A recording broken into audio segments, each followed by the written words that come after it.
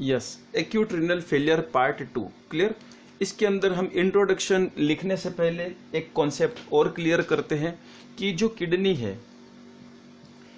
है ये किडनी हमारे ब्लड में से, सपोज ये ब्लड है, ब्लड में से यूरिन को एक्सपेल्ड आउट करेगी।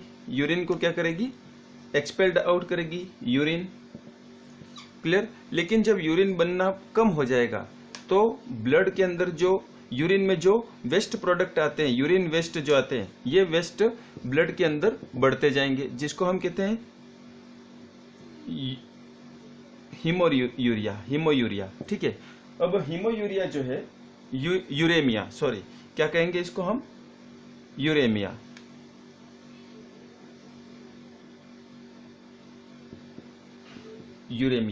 अभी यहां तक तो मैंने आपको बताया है।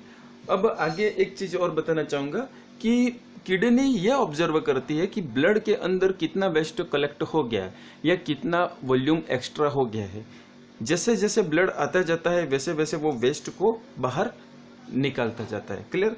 ये किडनी का फंक्शन है। मीन्स किडनी एक तरह से वेस्ट और नॉन वेस्ट, मीन्स कि जो बॉडी के अंदर आवश्यक असेंशियल एलिमेंट है, तो असेंशियल एलिमेंट और वेस्ट दोनों के बीच में बैलेंस मेंटेन करके रखता है। जब भी वेस्ट बढ़ जाएगा किडनी अपना फंक्शन बढ़ा देती है और यूरिन फॉर्मेशन करती रहती है।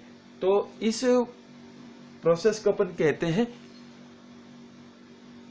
होम्योस्टेसिस। क्या कहेंगे? होम्योस्टेसिस।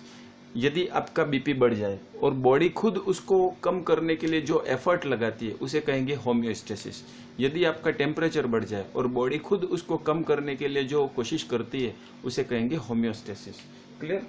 तो ये होम्योस्टेसिस हो गया। तो रीनल भी एक तरह से होम्योस्टेसिस का फंक्शन करती है।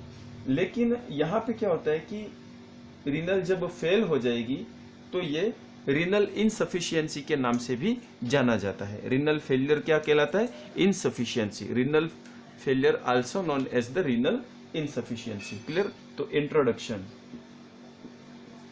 इंट्रोडक्शन फर्स्ट पॉइंट हम ये लिख सकते हैं कि इंट्रोडक्शन मतलब renal failure is the fail of kidney function. Kidney function का फेल हो जाना रीनल फेलियर कहलाता है। टू मेंटेन होम्योस्टेसिस करने के लिए जो किडनी फंक्शन करती है उसका फेल हो जाना। सेकेंड पॉइंट कि रीनल फेलियर फॉर्मली कॉल्ड, ठीक है, renal failure is also known as renal insufficiency,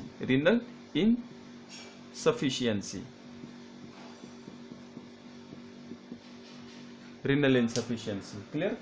next point आप लिख सकते हो कि it is the situation in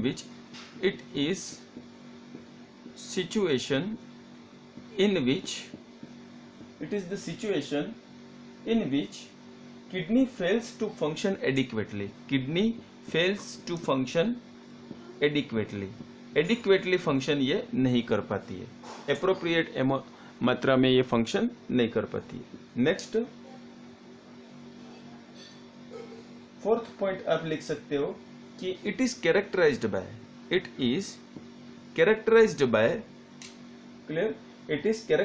by excretory and regulatory function disturbances. ठीक है, मतलब कि इसके अंदर एक्सक्रिएटरी एंड रेगुलेटरी फंक्शन, ठीक है। It is characterized by reduction in excretory and regulatory function. Excretory तो किसका कर रहा है? यूरिन का एक्सक्रिएटरी कर रहा है, एक्सक्रिएटरी फंक्शन कर रहा है, और वाटर के लिए रेगुलेटरी फंक्शन कर रहा है, क्लियर। ब्लड के वाटर के लिए रेगुलेटरी फंक्शन कर रहा है। दोनों में क्या आ जाएगा? रिडक्शन आ जाएगा।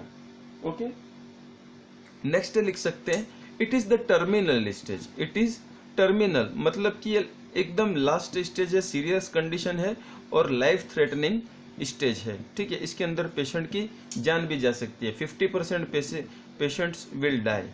50% पेशेंट में डाइज।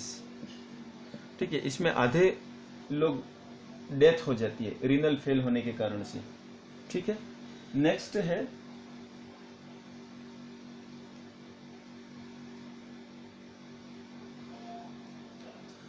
नेक्स्ट पॉइंट आप लिख सकते हो कि kidney function, failure of kidney function में लीड टू यूरेमिया। ठीक है, किडनी फंक्शन से क्या जनरेट होगा? यूरेमिया। एंड यूरेमिया में कॉज ये क्या कॉज करेगा? यूरेमिया में कॉज डिस्टर्बेंस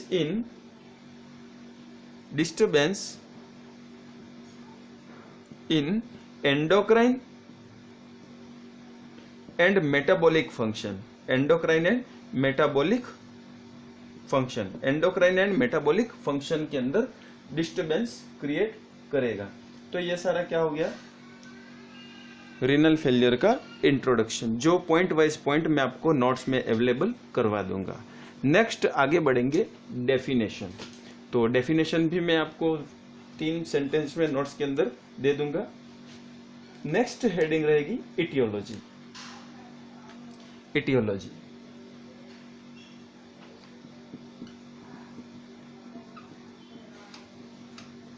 क्यों होता है रीनल फेल, क्यों होता है? क्लियर?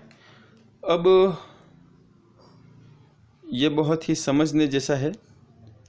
क्लियर? इसको अब थोड़ा कंसंट्रेशन से समझना है। इटियोलॉजी जो है वो 3 तरह की रहती है। कैसे? जैसे कि ये एओर्टा है, एओर्टा से ये आर्टरी आ रही है। ठीक है, और ये रीनल आर्टरी समझ लो इसको। रीनल आर्टरी है तो ये डायरेक्ट किडनी में जा रही है। अब ये बना दी सर अपन ने किडनी। क्लियर? और किडनी बनने के बाद यहां से ये बन गया इसका कैलिक्स और ये बन गया यूरेटर। क्लियर? अब जो आपको रेड कलर में दिख रहा है, ठीक है, ये स्ट्रक्चर जो है वो प्री रीनल स्ट्रक्चर कहलाएगा। ये रीनल स्ट्रक्चर क्या कहलाएगा? Pre renal structure. Pre renal. ठीक है, ये स्ट्रक्चर जो है ये आपको कहलाएगा इंट्रारीनल। क्लियर? और ये ग्रीन कलर का जो स्ट्रक्चर है, ठीक है, इंट्रारीनल, और ये ग्रीन कलर का जो स्ट्रक्चर है इसके अंदर ब्लडर भी आ गया। ठीक है, इसके अंदर क्या आ गया? ब्लडर भी आ गया ग्रीन कलर के स्ट्रक्चर में। ओके, ये जो स्ट्रक्चर है ग्रीन कलर का ये कहलाएगा पोस्ट रीनल। ठीक है, अब ब्लडर है वो तो सभी को पता है, लेकिन किडनी के पहले ब्लड जहां से आता है उस एरिया को प्री, किडनी का जहां मेन फंक्शनिंग होती है इंट्रा, और यूरिन बनकर जहां एक्सपेल्ड आउट होता है पोस्ट रीनल के नाम से जाना जाता है। अब इटियोलॉजी के लिए मैंने ये डायग्राम क्यों बनाया? तो यहाँ पे डिपेंड करता है कि डिफेक्ट कौन से एरिया में है। यदि इटियोलॉजी इस एरिया में है तो प्री रीनल कॉजेज के अंदर काउंट होगा।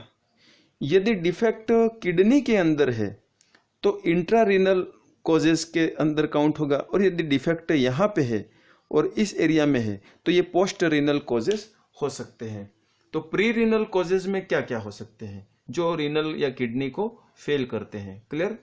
तो प्री रीनल कॉजेज के अंदर मैं आपको एग्जांपल बताऊं, जैसे कि बिफोर किडनी जो भी रीजन है, डिजीज कंडीशंस हैं, वो किडनी फेल कर सकती हैं। जैसे कि एग्जांपल के लिए मैं आपको बता रहा हूं, सर्कुलेटरी वॉल्यूम डिप्लीशन, मतलब कि ब्लड के अंदर सर्कुलेशन ही कम होना। ठीक है, सर्कुलेटरी वॉल्यूम डिप्लीशन का मतलब कम होना।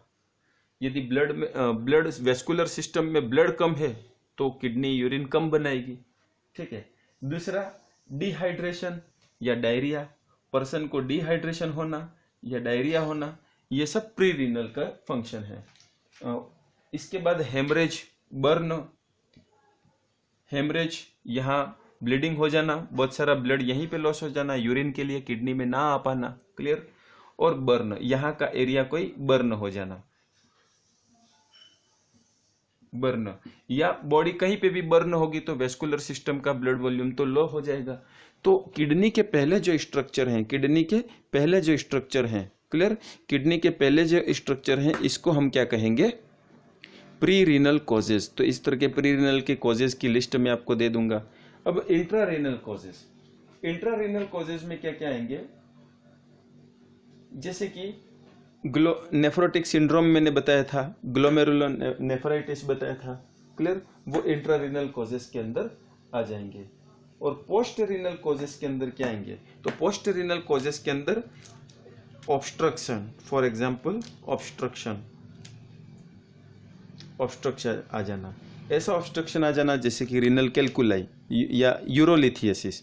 अब यूरोलिथियसिस मीन्स यूरिनरी ट्रैक के यूरेटर्स के अंदर स्टोन फॉर्मेशन। अब यूरिन तो यहाँ प्रोड्यूस हो रहा है लेकिन यहाँ पे ब्लॉकेज है, ठीक है, ब्लॉकेज है तो यूरिन नहीं जा पाएगा, आगे नहीं बढ़ पाएगा, लेकिन बनने वाला यूरिन तो आके आएगा, ठीक है, यूरिन बनता रहेगा और एक समय ऐसा आएगा कि यहाँ पे यूरिन का प्रेशर बढ़ जाएगा और धीरे धीरे ये इस किडनी के लिए हाइड्रोनेफ्रोसिस का रिजल्ट देगा। समझ में आ रहा है ना, यहाँ से यूरिन बन के यहाँ पे आ रहा है और ब्लॉकेज है, यूरिन आगे नहीं जा सकता है क्योंकि ये पे स्टोन है, स्टोन होने के कारण से ये यूरिन यहीं पे रहता है। तो ऐसे कारण ये मैंने एक बताया था ऑब्स्ट्रक्शन, एक एग्जांपल बताया है ऑब्स्ट्रक्शन। तो ऑब्स्ट्रक्शन क्या है, पोस्ट रीनल कॉज में आएगा, क्लियर। तो पोस्ट रीनल कॉज का एक एग्जांपल है जैसे कि ऑब्स्ट्रक्शन या ट्यूमर फॉर्मेशन हो जाना, ठीक है। तो ये चीज़ें ऐसी हैं जो यूरिन फॉर्मेशन को आगे नहीं बढ़ने देती है और किडनी पर इसका लोड बढ़ जाएगा और किडनी फेल हो जाएगी, क्लियर। तो ये पोस्ट रीनल कॉजेज में काउंट होगा। तो इस तरह से मैं intra renal, pre renal, intra renal और पोस्ट रीनल तीनों के कॉजेज लिस्ट बाय लिस्ट समझा रहा हूं, ठीक है। आगे बढ़ेंगे इटियोलॉजी के अंदर। Intra renal cause, sorry, pre renal cause, clear, pre renal cause, intra renal cause और पोस्ट रीनल कॉज, क्लियर। अब प्री रीनल कॉज के अंदर क्या क्या चीजें आ सकती हैं प्री रीनल कॉज के अंदर, तो अभी जैसे मैंने आपको बताया था सर्कुलेटरी वॉल्यूम डेप्लीशन, ठीक है, सर्कुलेटरी वॉल्यूम डेप्लीशन,